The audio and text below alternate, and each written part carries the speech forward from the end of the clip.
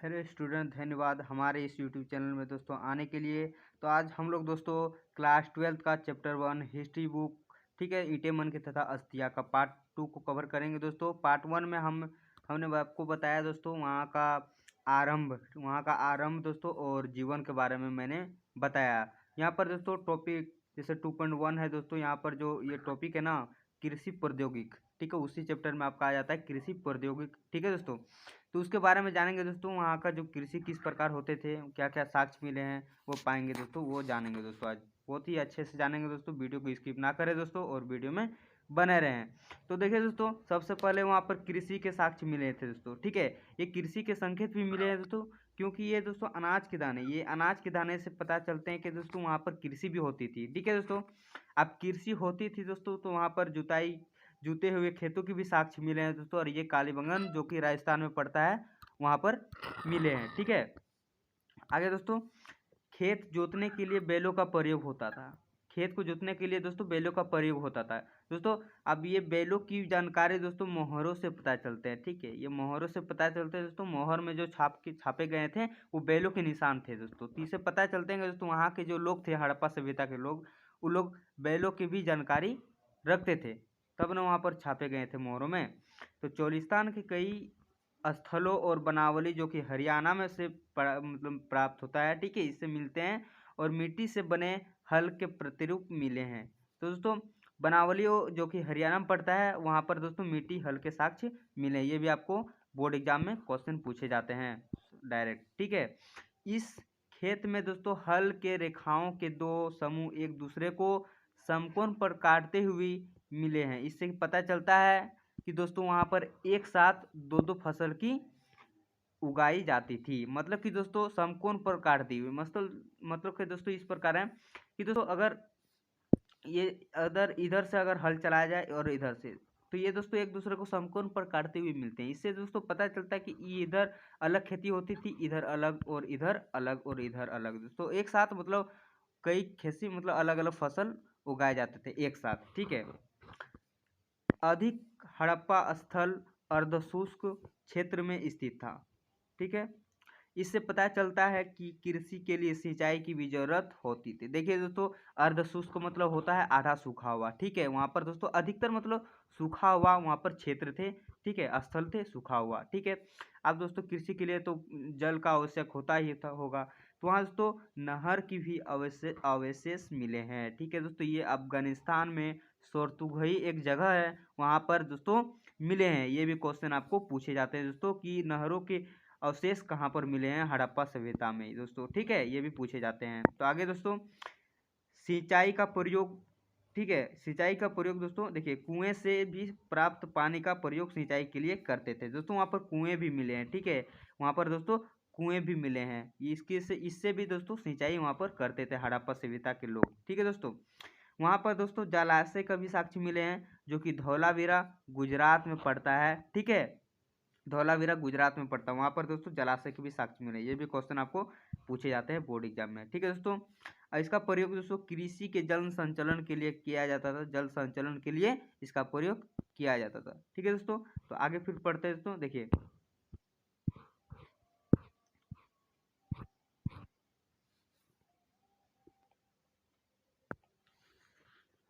हाँ, तो दोस्तों आगे टॉपिक में मेरा क्या है दोस्तों, मोहनजोदड़ो, ठीक है। ये दोस्तों हड़प्पा सभ्यता का सबसे नियोजित शहर केंद्र था, सबसे महत्वपूर्ण शहर दोस्तों मोहनजोदड़ो को माना जाता है दोस्तों, ठीक है। और इसकी दोस्तों सबसे पहला खोज किया गया था, ये स्थल दोस्तों, इसका खोज दोस्तों 1922 में किया गया था। देखिए दोस्तों थोड़ा सा यहाँ पर मिस्टेक ये हुआ है दोस्तों, यहाँ पर दयाराम साहनी नहीं होगा दोस्तों, ये जो हुआ था ना, ये हड़प्पा का खोज किया था, ठीक है। इसका आंसर होगा दोस्तों राखल दास बनर्जी, ठीक है, आप इसको नोट कर ले दोस्तों। 1922 में खोजा गया था, राखल दास, ठीक है, राखल दास बनर्जी ने खोजा गया था, आप इसको नोट कर ले, ठीक है। और दोस्तों ये दयाराम साहनी है ना, ये हड़प्पा का खोज किया था दोस्तों। ये किया था दोस्तों, कब किया था दोस्तों, ये 1921 में किया था हड़प्पा का खोज, ठीक है। ये भी क्वेश्चन आपको याद कर लेना है, ठीक है, ये भी पॉइंट नोट कर लें, ठीक है। तो आगे फिर चलते हैं दोस्तों, आगे दोस्तों क्या लिखा है उसके बस्तियों के बारे में दोस्तों। मोहनजोदड़ो में दोस्तों बस्ती थे ना, वो कुछ अलग थे दोस्तों। यहाँ पर दोस्तों बस्ती दो भागों में विभाजित था। ठीक है, दो भागों में विभाजित था। एक तो दोस्तों एक का नाम था दुर्ग और दूसरा का नाम था तो निचला शहर। तो आगे दोस्तों हम लोग दुर्ग के बारे में जान लेते हैं, वो दुर्ग क्या होता था। ठीक है दोस्तों, देखिए दुर्ग की ऊंचाई का कारण था, ठीक है, क्योंकि दुर्ग को ईंटे की चबूतरे पर बनाई थी, इसको दीवार से घेरा गया था, यह दीवार निचले शहर से अलग किया गया। ठीक है, किया गया मतलब कि दोस्तों यह ऊंचाई होने का कारण है दोस्तों, क्योंकि ये चबूतरे पर बने गए थे, ईंटे की चबूतरे पर बने गए थे। ठीक है, और दोस्तों वो निचले शहर से अलग किए थे, वहां पर दीवार से भी घेरा गया था। ठीक है, दूसरा आपका आ जाता है दोस्तों, दूसरा जो कि निचले शहर का नाम दिया गया, दूसरा दोस्तों निचले शहर का नाम दिया गया, जिसे भी दीवार से घेरा गया था और जो कि दुर्ग से अलग करता था दोस्तों, इसको भी दीवार से घेरा गया था। ठीक है दोस्तों, देखिए आगे मोहनजोदड़ो में दोस्तों भवनों को ऊंचाई की चबूतरों पर बनाए गए थे। ठीक है, ऊंचाई के चबूतरों पर बनाए गए थे। इससे पता चलता है कि घर को बनाने से पहले नियोजित करता था। ठीक है, यहाँ पर नियोजित करता था दोस्तों, नियोजित का मतलब होता है था आगे सोचा जाता था कि घर को कैसे बनाया जाए, ऐसे नहीं कि बना दिए बाद में सोचे, नहीं, आगे सोचा जाता था घर को कैसे बनाया जाए, ये नियोजित का मतलब वही होता है। ठीक है, आगे सोचा जाता था फिर नियोजित करके दोस्तों घर को बनाए जाते थे। ठीक है, अब दोस्तों हड़प्पा सभ्यता में ईंटें भी मिले हैं। ठीक है, ईंटे के भी साक्ष्य मिले हैं दोस्तों। ठीक है, और ईंटे की एक निश्चित अनुपात होती थी, निश्चित अनुपात का मतलब दोस्तों एक साइज होती थी। अगर मेरा साइज अगर 4x4 का है तो वो साइज एक हुआ, जैसे यहाँ चार लंबाई 4 गुनी है और चौड़ाई 2 गुनी है, तो एक दोस्तों साइज होता था ईंटा का, ऐसे नहीं कि दोस्तों बड़ा छोटा। ठीक है, और दोस्तों मोहनजोदड़ो में एक प्रसिद्ध है जो कि नालियाँ। ठीक है दोस्तों, वहाँ का नालियों का निर्माण दोस्तों बहुत ही बेहतरीन तरीके से किए गए थे। देखिए दोस्तों ये टॉपिक है दोस्तों, देखिए ये टॉपिक है आपका, वही चैप्टर में दोस्तों आपको टॉपिक भी मिल जाएंगे, नालियों का निर्माण। ठीक है, वही चैप्टर में। तो दोस्तों नालियों के बारे में पढ़ते हैं दोस्तों, देखिए नाली हड़प्पा सभ्यता की सबसे प्रमुख विशेषता दोस्तों, उसमें से एक नियोजित जल निकासी प्रणाली था। ठीक है दोस्तों, बहुत ही महत्वपूर्ण है ये देख चैप्टर। ठीक है दोस्तों, देखिए हड़प्पा शहर, हड़प्पा शहर में नालियों को एक ग्रिड पद्धति में बनाया गया था, साथ साथ सड़कों तथा गलियों को भी बनाया गया था।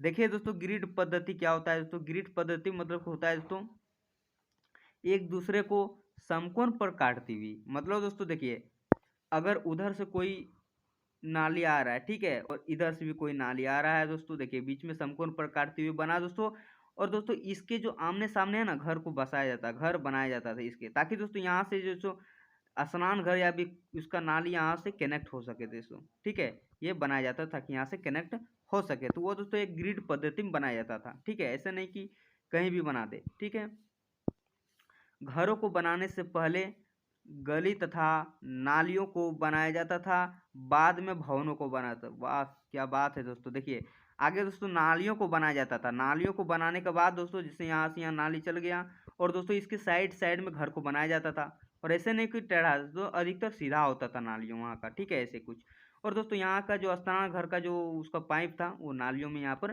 कनेक्ट कर देता था, ताकि दोस्तों नाली से पानी आगे की ओर चल जाए। और कुछ पॉइंट जो अगले टॉपिक में क्या है दोस्तों, देखिए गृह स्थापित है वहाँ, तो गृह स्थापित, गृह का मतलब होता है दोस्तों घर। ठीक है, गृह का मतलब घर होता है, घर को कैसे स्थापित किया जाता था, मतलब घर को कैसे बनाया जाता था, उसके बारे में आज पढ़ेंगे दोस्तों। देखिए मोहनजोदड़ो, मोहनजोदड़ो का निचला शहर घरों का उदाहरण प्रस्तुत करता है दोस्तों। मैंने बताया का जो वहाँ बस्तियाँ थी वो दो भाग में थे दोस्तों, एक था दुर्ग, ठीक है, एक था दुर्ग दोस्तों, और एक था निचले शहर। तो वो निचला जो शहर था वहाँ पर घरों अधिक थे दोस्तों, वहाँ पर जो घर थे दोस्तों वो अधिक थे, इसलिए दोस्तों उसका उदाहरण दोस्तों बताता है, घर की ओर संकेत करता है। ठीक है, वहाँ के बारे में जान लेते हैं, घर का स्थापित कर दोस्तों, यहाँ पर आंगन के चारों ओर कमरे को बनाए गए थे। ऐसे देखिए अब आंगन को बनाए गए थे तो आंगन जैसे कि दोस्तों ये मेरा आंगन है, ठीक है, आंगन के चारों ओर यहाँ पर कमरा दोस्तों, इधर कमरा है और इधर कमरा, ऐसे बनाए जाते थे दोस्तों। और आंगन में दोस्तों खाना पकाने का काम, ठीक है, खाना पकाने का काम, कटाई करने का काम, ऐसे कामों को करने का प्रयोग करते थे आंगन में। ठीक है दोस्तों, और आगे दोस्तों भूमि, ठीक है, भूमि पर बनी दीवारों में खिड़कियां नहीं होती थी, नहीं होती। इसके अलावा मुख्य दीवार से सीधा आंगन को नहीं देख पाता था। देखिए दोस्तों, मतलब कि दोस्तों अगर घर बनाया है ना, तो उसका घर बनाया दोस्तों, तो मेन गेट से दोस्तों इसकी आंतरिक भाग या फिर दोस्तों आंगन को नहीं देखा जाता था। ठीक है दोस्तों, नहीं देख पाता था। और दोस्तों यहाँ पर खिड़कियाँ नहीं होती थी। वो दोस्तों तल से यदि बनाया हुआ घर है तो उसमें खिड़कियाँ वो नहीं देते थे दोस्तों। ठीक है, आगे दोस्तों, घर घर का ईंटे के फर्श से बना एक स्नान घर होता था और उसकी नालियों दीवार के माध्यम से सड़क की नालियों से जुड़ जाता था। मैंने आपको बताया दोस्तों, आगे नालियों को बनाया गया था, फिर बाद में भवन को बनाया गया था, ताकि दोस्तों वहाँ से जो स्नान घर का जो पानी है वो नालियों में जा सके। ठीक है, वो बहुत ही तरीके से बनाया गया था दोस्तों।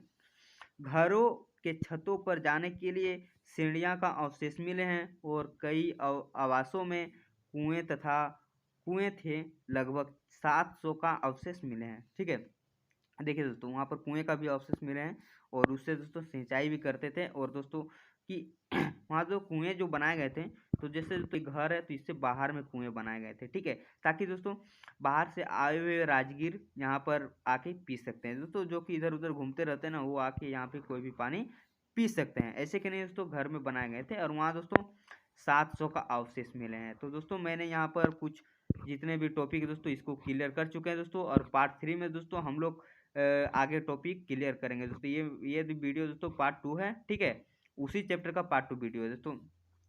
और दोस्तों इसी तरह दोस्तों आपको समझाएंगे दोस्तों, और सरल भाषा में दोस्तों, अपने भाषा में, अपने लैंग्वेज में दोस्तों समझाएंगे। तो दोस्तों चैनल को सब्सक्राइब करें दोस्तों, और बेल आइकन को दबाना ना भूलें दोस्तों। इसी तरह का वीडियो दोस्तों पाने के लिए चैनल को सब्सक्राइब करें दोस्तों। थैंक यू दोस्तों, और वीडियो को दोस्तों शेयर करें।